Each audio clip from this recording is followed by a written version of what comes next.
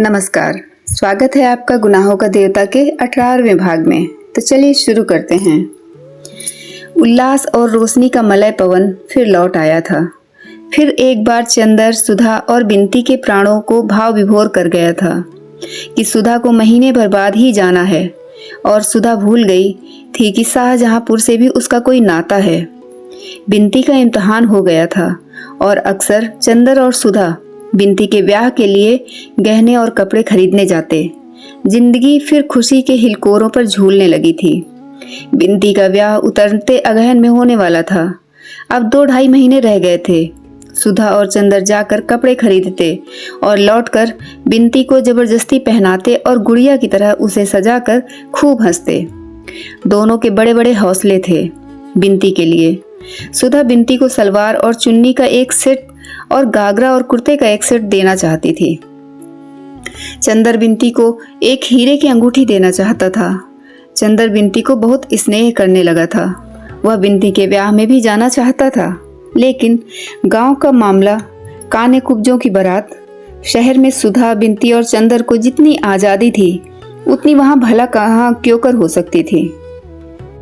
फिर कहने वालों की जबान, कोई क्या कह बैठे, यही सब सोचकर सुधा ने चंदर को मना कर दिया।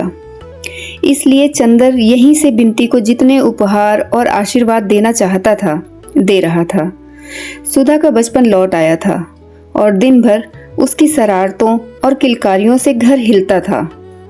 सुधा ने चंदर को इतनी ममता में डुबो लिया था कि एक क्षण वह चंदर को अपने से अलग नहीं होने देती थी। जितनी देर चंदर घर में रहता, सुधा उसे अपने दुलार में, अपनी सांसों की गरमाई में समेटे रहती थी। चंदर के माथे पर हर क्षण वह जाने कितना स्नेह बिखेरती रहती थी। एक दिन चंदर आया तो देखा कि बिनती कहीं गई है और सुधा चुपचाप बैठी बहुत से पुराने खतों को संभाल रही है। एक गंभीर उदासी का बादल घर में छाया हुआ है। चंदर आया, देखा सुधा आंख में आंसू भरे बैठी है। क्या बात है सुधा? रुखसती की चिट्ठी आ गई है चंदर, परसों शंकर बाबू आ रहे हैं। चंदर के हृदय की धड़कनों पर जैसे किसी ने हथौड़ा मार दिया। वह चुपचाप बैठ गया। अब सब खत्म हुआ चंदर, सुधा ने बड़ी ही करुण मुस्कान के साथ कहा।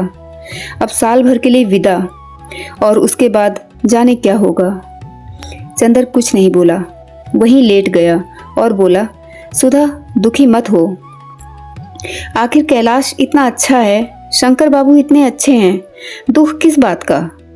रहा मैं तो अब मैं सशक्त रहूंगा, तुम मेरे लिए मत घबराओ। सुधा एकटक चंदर की ओर देखती रही, फिर बोली, चंदर तुम्हारे जैसे सब क्यों नहीं होते। तुम सचमुच इस दुनिया के योग्य नहीं हो।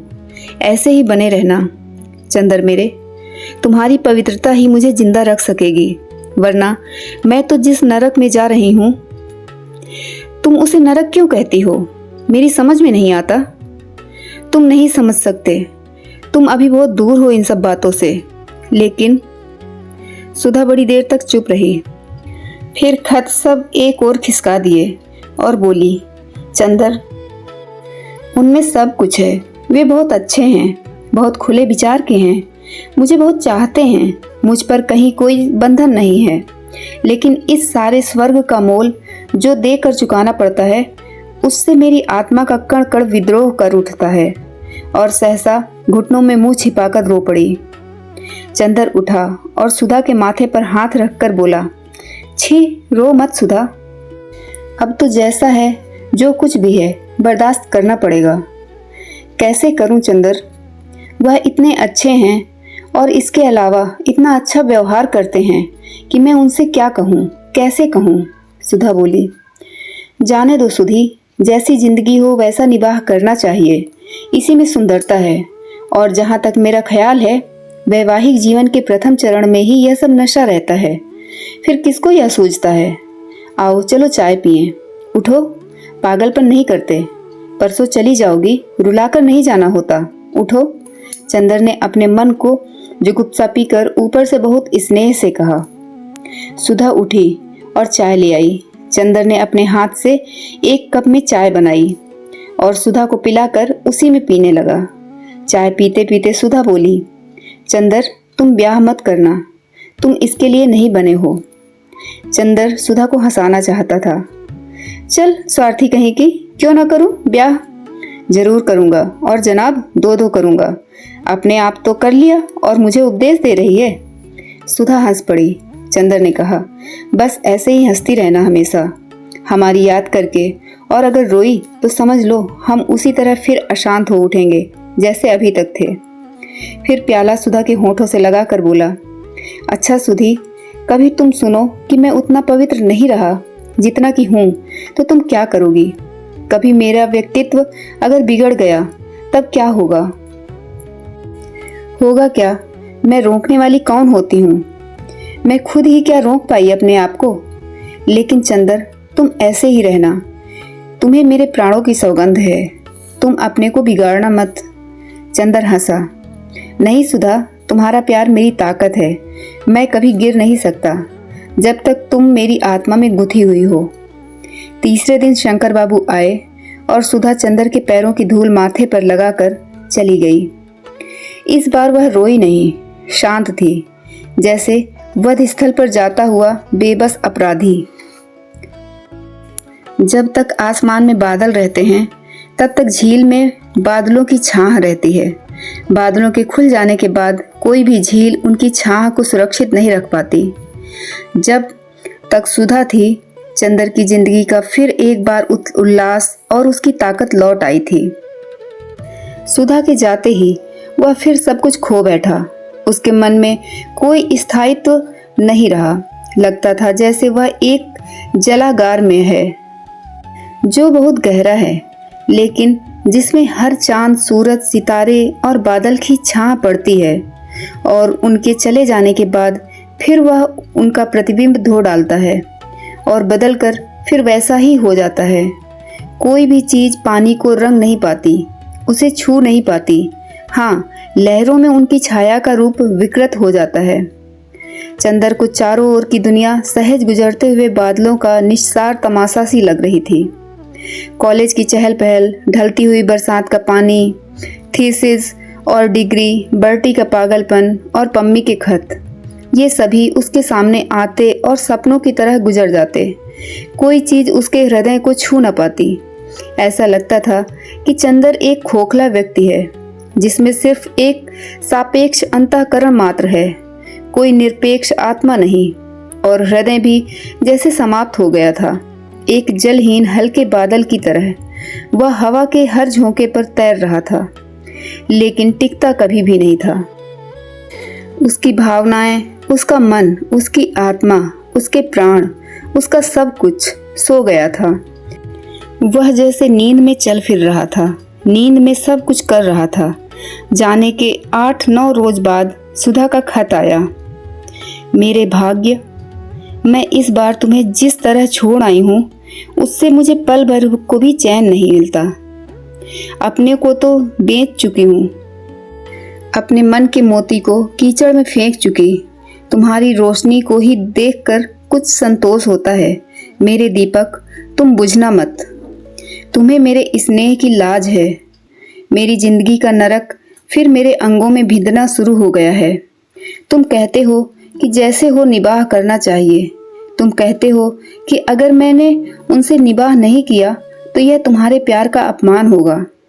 ठीक है, मैं अपने लिए नहीं तुम्हारे लिए निबाह करूंगी, लेकिन मैं कैसे संभालूं अपने को? दिल और दिमाग बेबस हो रहे हैं। नफरत से मेरा खून उबल जाता है। कभी कभी जब तुम्हारी सूरत सामने होती है तो जैसे अपना सुख दुख भूल जाती हूँ। लेकिन अब तो जिंदगी का तूफान जाने कितना तेज होता जा रहा है कि लगता है तुम्हें भी मुझसे खींचकर अलग कर देगा। लेकिन तुम्हें अपने देवत्व की कसम है, तुम मुझे अब अपने हृदय से दूर ना करना। तुम नहीं जानते कि तुम्हारी याद के सहारे ही यह नरक झेलने में समर्थ हूँ। तुम मुझे कहीं छिपा लो, मैं क्या करूं? मेरा अंग अंग मुझ पर व्यंग कर रहा है। आंखों की नींद खत्म है। पाँव में इतना तीखा दर्द है कि कुछ कह नहीं सकती। उठते बैठते चक्कर आने लगा है। कभी कभी बदन कांपने लगता है।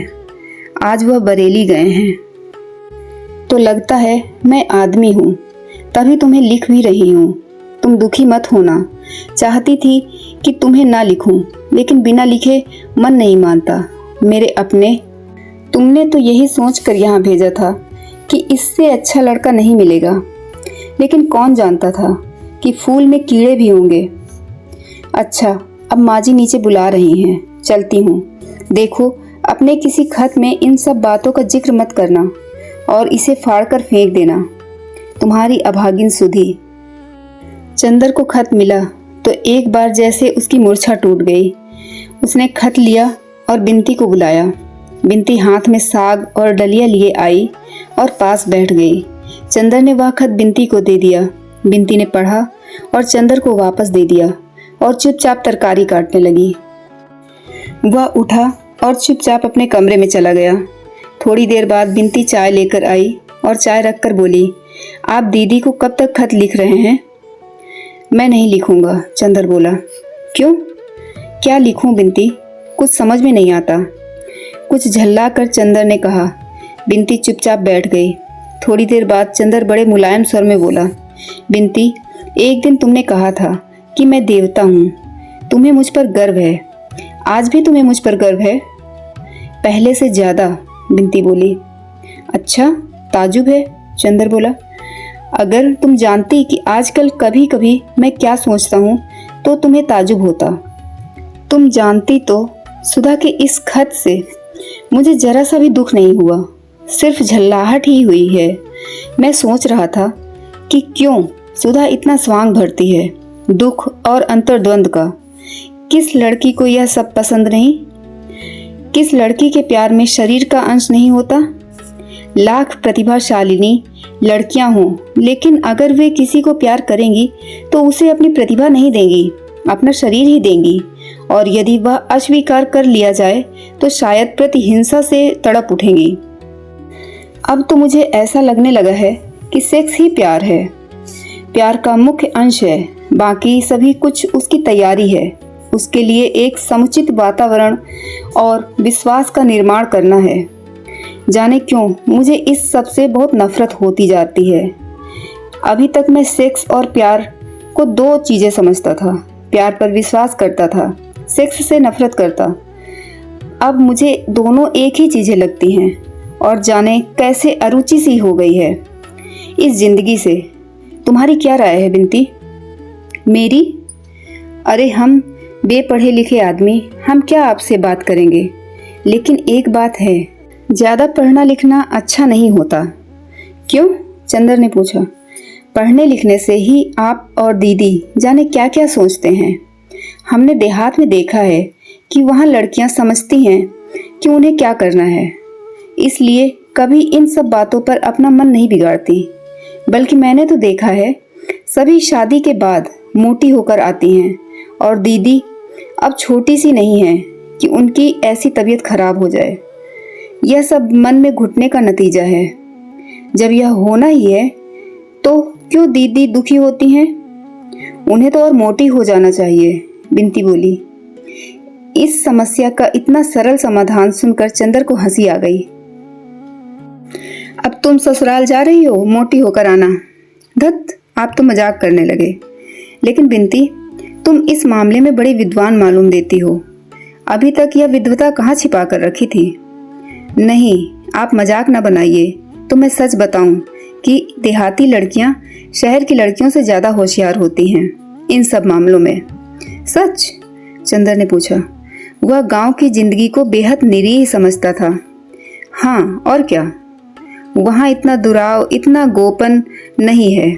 सभी कुछ उनके जीवन का उन्मुक्त है और ब्याह के पहले ही वहाँ लड़कियां सब कुछ। अरे नहीं, चंदर ने बेहद ताजुब से कहा। लो, यकीन नहीं होता आपको? मुझे कैसे मालूम हुआ इतना? मैं आपसे कुछ नहीं छिपाती। वहाँ तो सब लोग इसे इतना स्वाभाविक समझते हैं जितना खाना पीना, हंसना बोलना। बस लड़कियां इस बात में सचेत रहती हैं कि किसी मुसीबत में ना फंसें। चंदर चुपचाप बैठा चाय पीता रहा। आज तक वह जिंदगी को इतना कितना पवित्र मानता था, लेकिन जिंदगी कुछ और ही है। जिंदगी अब भी वह है जो सृष्टि के आरंभ में थी। और दुनिया कितनी चालाक है कितनी भुलावा देती है। अंदर से मन में जहर छिपाकर भी होठों पर कैसी अमृतमयी मुस्कान झलकाती रहती है। यह बिनती जो इतनी शांत, संयत और भोली लगती थी, इसमें भी सभी गुण भरे हैं। इस दुनिया में चंदर ने जिंदगी को परखने में इतना बड़ा धोखा खाया है। जिंदगी यह है मांस, लता और प्यास, और उसके साथ साथ अपने को छिपाने की कला। वह बैठा बैठा सोचता रहा। सहसा उसने पूछा, बिनती, तुम भी देहात में रही हो और सुधा भी। तुम लोगों की जिंदगी में वह सब कभी आया? बिनती क्षण भर चुप रही, फिर बोली, क्यों, क्या नफरत करके सुनकर? नहीं बिनती, जितनी नफरत और अरुचि दिल में आ गई है उससे ज्यादा आ सकती है। भला बताना चाहो तो बता दो। अब मैं जिंदगी को समझना चाहता हूँ, वास्तविकता के स्तर पर। चंदर ने गंभीरता से पूछा। मैंने आपसे कभी कुछ नहीं छिपाया, ना अब छिपाऊंगी। पता नहीं क्यों दीदी से भी ज्यादा आप पर विश्वास जमता जा रहा है। सुधा दीदी की जिंदगी में तो यह सब नहीं आ पाया। वे बड़ी विचित्र सी थी, सबसे अलग रहती थी और पढ़ती और कमल के पोखरों में फूल तोड़ती थी। बस मेरी जिंदगी में। चंदर ने चाय का प्याला खिसका दिया। जाने किस भाव से उसने बिनती के चेहरे की ओर देखा।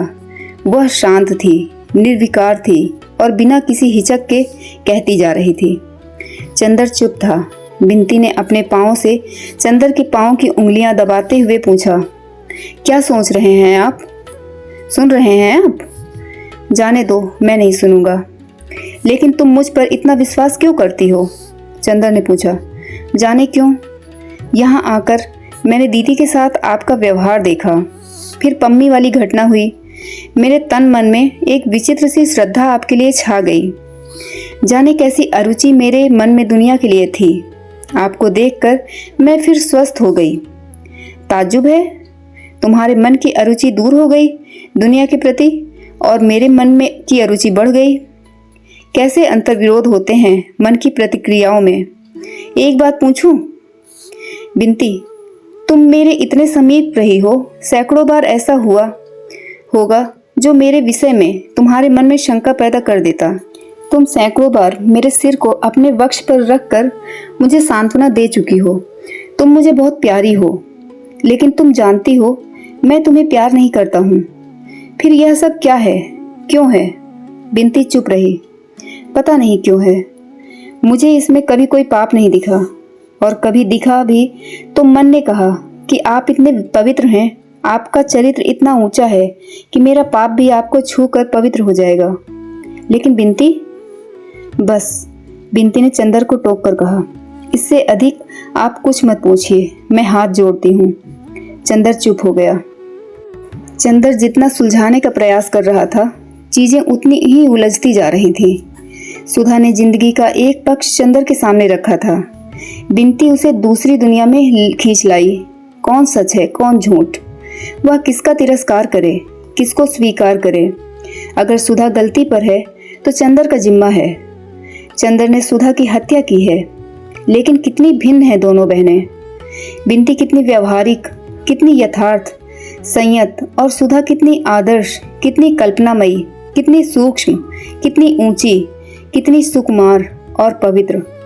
जीवन की समस्याओं के अंतर विरोधों में जब आदमी दोनों पक्षों को समझ लेता है, तब उसके मन में एक ठहराव आ जाता है।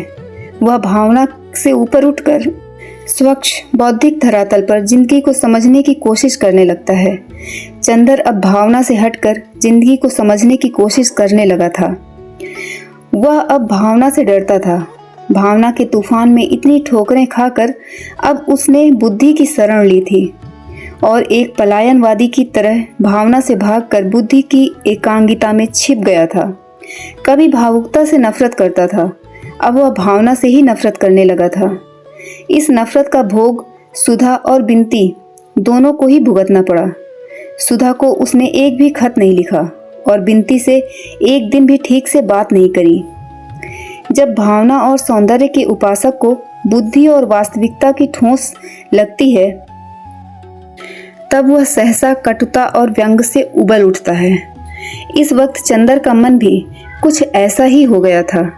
जाने कितने जहरीले कांटे उसकी वाणी में उग गए थे, जिन्हें वह कभी भी किसी को चुभाने से बाज नहीं आता था।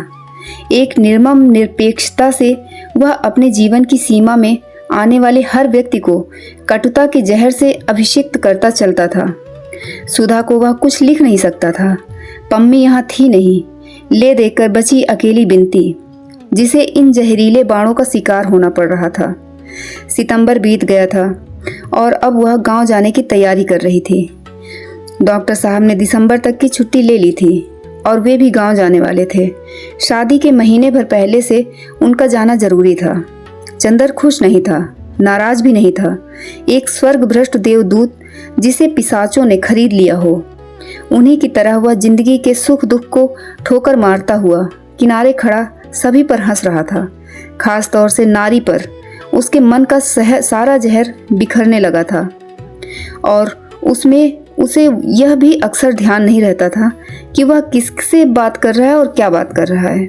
बिनती सब कुछ चुपचाप सहती जा रही थी। बिनती को सुधा की तरह रोना नहीं आता था, ना उसकी चंदर इतनी परवाह ही करता था जितनी सुधा की। दोनों में बातें भी बहुत कम होती थीं, लेकिन बिनती मन ही मन दुखी थी। वह क्या करे। एक दिन उसने चंदर के पैर पकड़कर बहुत अनुनय से कहा, आपको यह क्या होता जा रहा है? अगर आप ऐसे ही करेंगे तो हम दीदी को लिख देंगे। चंदर बड़ी भयावनी हंसी हंसा। दीदी को क्या लिखोगी? मुझे अब उसकी परवाह नहीं। वह दिन गए बिनती, बहुत बन लिए हम। हाँ चंदर बाबू, आप लड़की होते तो समझते। सब समझता हूँ मैं। कैसा दोहरा नाटक खेलती हैं लड़कियाँ, इधर अपराध करना उधर मुखबिरी करना। बिनती चुप हो गई। एक दिन जब चंदर कॉलेज से आया तो उसके सिर में दर्द हो रहा था। वह आकर चुपचाप लेट गया। बिनती ने आकर पूछा तो बोला, क्यों मैं बतलाऊं कि क्या है? तुम मिटा दोगी? बिनती ने चंदर के सिर पर हाथ रखकर कहा, चंदर तुम्हें क्या होता जा रहा है? देखो कैसी हड्डियां निकल आई हैं इधर। इस तरह अपने को मिटाने से क्या फायदा? मिटाने से? चंदर उठकर बैठ गया।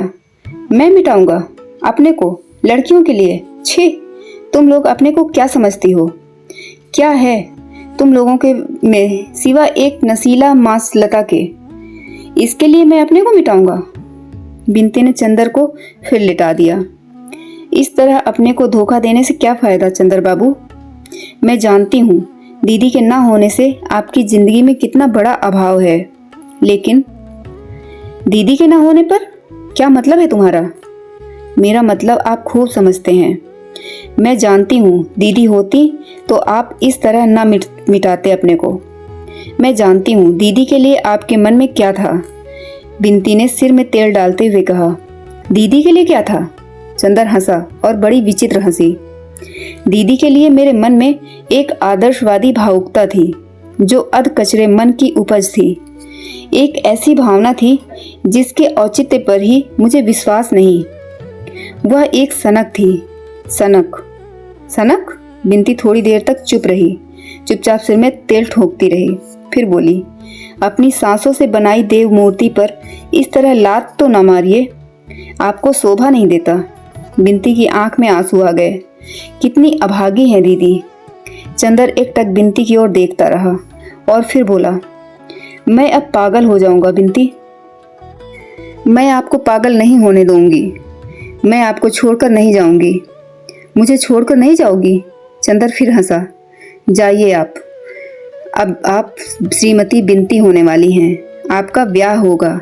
मैं पागल हो रहा हूँ। इससे क्या हुआ? इन सब बातों से दुनिया नहीं रुकती, शहनाइयाँ नहीं बंद होती, बंदरवार नहीं तोड़े जाते। मैं नहीं जाऊंगी चंदर अभी। तुम मुझे नहीं जानते। तुम्हारी इतनी ताड़ना और व्यंग सहकर भी तुम्हारे पास रही। अब दुनिया भर की लांछना और व्यंग सहकर भी तुम्हारे पास रह सकती हूँ। बिनती ने तीखे स्वर में कहा, क्यों? तुम्हारे रहने से क्या होगा? तुम सुधा नहीं हो। तुम सुधा नहीं हो सकती। जो सुधा है मेरी जिंदगी में वह कोई नहीं हो सकता, समझी? और मुझ पर एहसान मत जताओ। मैं मर जाऊं, मैं पागल हो जाऊं, किसी का साझा? क्यों तुम मुझ पर इतना अधिकार समझने लगी? अपनी सेवा के बल पर? मैं इसी रत्ती भर परवाह नहीं करता। जाओ यहाँ से। और उसने बिनती को धकेल दिया। तेल की शीशी उठाकर बाहर फेंक दी। बिनती रोती हुई चली गई। चंदर उठा और कपड़े पहनकर बाहर चल दिया।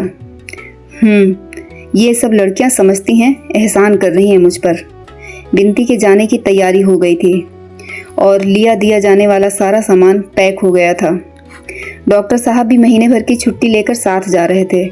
उस दिन की घटना के बाद फिर बिनती चंदर से बिल्कुल ही नहीं बोली थी। चंदर भी कभी नहीं बोला। ये लोग कार पर जाने वाले थे। सारा सामान पीछे आगे लादा जाने वाला था। डॉक्टर साहब कार लेकर बाजार गए थे। चंदर उनका होल्ड डॉल संभाल रहा था। बिनती आई और बोली, मैं आपसे बातें कर सकती हूँ? हाँ, तुम उस दिन की बात का बुरा मान गई। अमूमन लड़कियां सच्ची बात का बुरा मान ही जाती हैं। बोलो क्या बात है? चंदर ने इस तरह कहा जैसे कुछ हुआ ही ना हो। बिनती की आंख में आंसू थे। चंदर, आज मैं जा रही हूँ। हाँ, यह तो मालूम है। उसी का इंतजाम कर रहा हूँ। पता नहीं मैंने क्या अपराध किया चंदर कि तुम्हारा स्नेह खो बैठी। ऐसा ही था चंदर, तो आते इतना स्नेह तुमने दिया ही क्यों था? मैं तुमसे कभी भी दीदी का स्थान नहीं मांग रही थी। तुमने मुझे गलत क्यों समझा? नहीं बिनती, मैं अब स्नेह इत्यादि पसंद नहीं करता हूँ। पूर्ण परिपक्व मनुष्य हूँ और ये सब भावनाएं अब अच्छी नहीं लगती मुझे। स्नेह वगैरह की दुनिया अब मुझे बड़ी उथली लगती है। तभी चंदर, इतने दिन मैंने रोते रोते बिताए, तुमने एक बार भी पूछा नहीं।